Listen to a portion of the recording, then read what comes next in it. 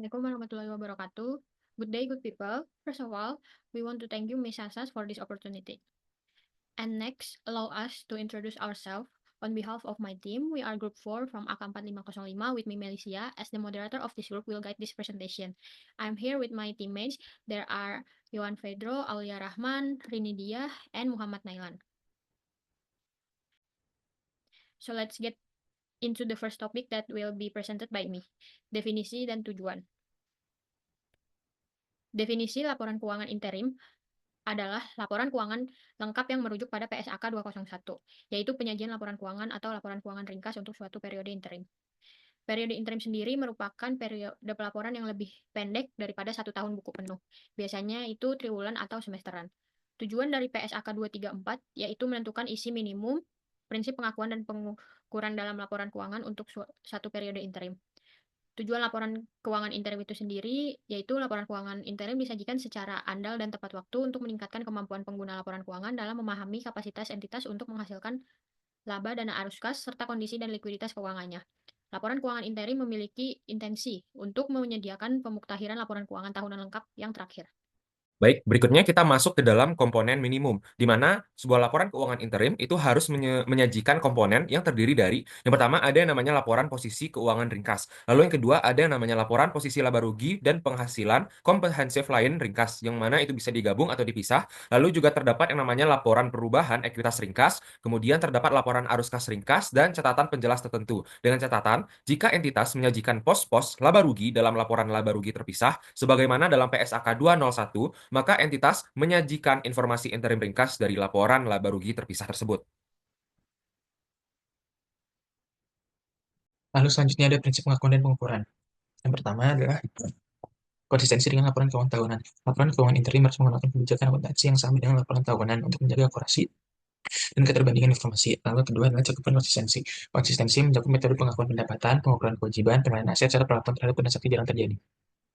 Lalu yang ketiga, pengecualian untuk perubahan kebijakan. Jika terjadi perubahan kebijakan akuntansi setelah laporan terakhir, entitas harus mengadopsinya dan mengungkapkan dampaknya kepada laporan keuangan kepada pengguna laporan. Lalu yang keempat adalah sumber perubahan kebijakan. Perubahan kebijakan bisa disebabkan oleh revisi standar akuntansi, pengembangan praktek industri, atau keputusan manajemen untuk meningkatkan relevansi dan keadilan informasi. Lalu ada manfaat keselarasan. Penerapan konsistensi meningkatkan transparansi dan kepercayaan pemangku kepentingan terhadap laporan keuangan interim. Lalu yang terakhir adalah kewajiban pengungkapan. Setiap perubahan kebijakan akuntansi beserta dampaknya harus diungkapkan secara jelas dalam laporan interim, agar tetap akuntabel dan mudah dipahami. Selanjutnya, ada prinsip pengungkapan dan materialitas. Pengungkapan adalah kebijakan akuntansi, perubahan estimasi akuntansi dan kesalahan harus diungkapkan dalam laporan keuangan interim, terutama jumlah perubahan estimasi yang memiliki dampak material pada periode berjalan atau periode selanjutnya. Laporan keuangan interim harus menyajikan laporan keuangan ringkas dan lengkap untuk periode-periode berikutnya. Yang pertama adalah laporan posisi keuangan per akhir periode interim berjalan dan laporan posisi keuangan kooperatif per akhir tahun buku terdekat sebelumnya. Yang kedua adalah laporan laba rugi dan penghasilan komprehensif lainnya. Untuk periode interim berjalan dan secara kumulatif untuk tahun buku berjalan sampai tanggal interim, dengan laporan laba rugi dan penghasilan komprehensif lain komparatif untuk periode interim yang dapat dibandingkan. Yang ketiga adalah laporan perubahan ekuitas secara kumulatif untuk tahun buku berjalan sampai dengan tanggal interim, dengan laporan perubahan ekuitas untuk periode awal tahun buku sampai tanggal pelaporan interim dari tahun buku terdekat sebelumnya. Yang terakhir adalah laporan arus kas secara kumulatif untuk tahun buku berjalan sampai dengan tanggal interim, dengan laporan arus kas komparatif untuk periode awal tahun buku sampai tanggal pelaporan interim dari tahun buku terdekat sebelumnya.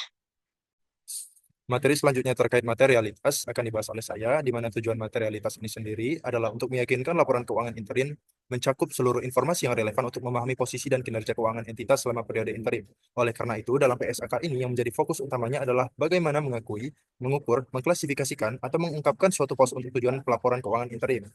Maka dari itu, materialitas dinilai terkait dengan data keuangan periode interim dan memiliki ketergantungan pada estimasi yang lebih tinggi dibandingkan dengan data keuangan tahunan. Oleh karena itu, akan terdapat perbedaan pada laporan keuangan interim dan tahunan. Kemudian, keputusan pengakuan dan pengukuran didasarkan pada data untuk periode interim itu sendiri dengan alasan pemahaman atas angka-angka interim. Dan yang terakhir, pos yang tidak biasa, perubahan kebijakan akuntansi atau estimasi akuntansi dan kesalahan diakui dan diungkapkan atas dasar materialitas yang terkait dengan data periode interim untuk menghindari penyesatan kesimpulan yang mungkin diakibatkan karena tidak diungkap. Di sini ada contoh kasus terkait pengukuran beban pajak pada pendapatan interim, di mana suatu entitas memiliki periode pelaporan keuangan yang berakhir 30 Juni dan dilaporkan secara triwulanan. Untuk tahun pajaknya tetap berakhir pada 31 Desember, dan untuk tahun buku yang dimulai pada 1 Juli tahun 1 dan berakhir 30 Juni tahun 2, penghasilan sebelum pajak setiap triwulan bulan adalah Rp10.000 dan estimasi rata-rata tarif pajak tahunannya adalah 30% untuk tahun 1 dan 40% untuk tahun 2. Ini kita bahas, sudah kita ketahui bahwa estimasi untuk tahun 1 adalah 30%, maka dari itu triwulan 1 dan 2 pada tahun 1, kita kalikan penghasilan sebelum pajak, dikalikan estimasi 30%, dan untuk triwulan 3 dan triwulan 4 pada tahun kedua, dengan cara yang sama, kita kalikan estimasinya dengan 40%, di mana masing-masing triwulan 1 dan 2 mendapatkan 30.000, dan triwulan 3 dan triwulan 4 mendapatkan 40.000. Nah, di tahun yang berakhir 30 Juni tahun 2, kita jumlahkan semua estimasi beban pajak, didapatkanlah hasil 14.000 untuk tahun berjalan. Kemudian kita masuk ke dalam contoh laporan keuangan interim yang mana kelompok kami ambil ini dari PT Temposcan Pacific Tbk atau SPC tahun 2023. Di sini bisa terlihat yang pertama ada yang namanya laporan posisi keuangan ringkas. Untuk kuartal pertama di sini apabila kita bandingkan dengan yang namanya laporan posisi keuangan tahunan, tentunya dari pos-pos aku sendiri itu akan lebih lengkap karena dari fungsi laporan posisi keuangan ringkas ini sendiri adalah untuk memberikan informasi terkait dari kondisi keuangan perusahaan sementara.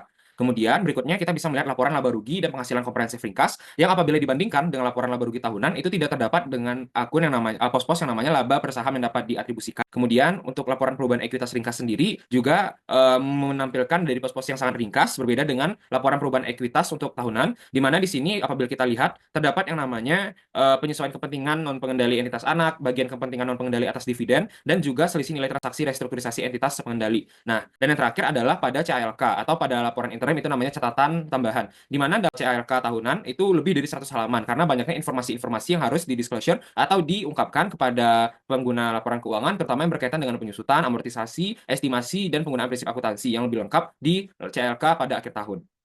That's all from us. Thank you for your attention. We do apologize if there's a mistake during this presentation, and we hope this topic can be useful for you. See you in the next opportunity. Have a good day.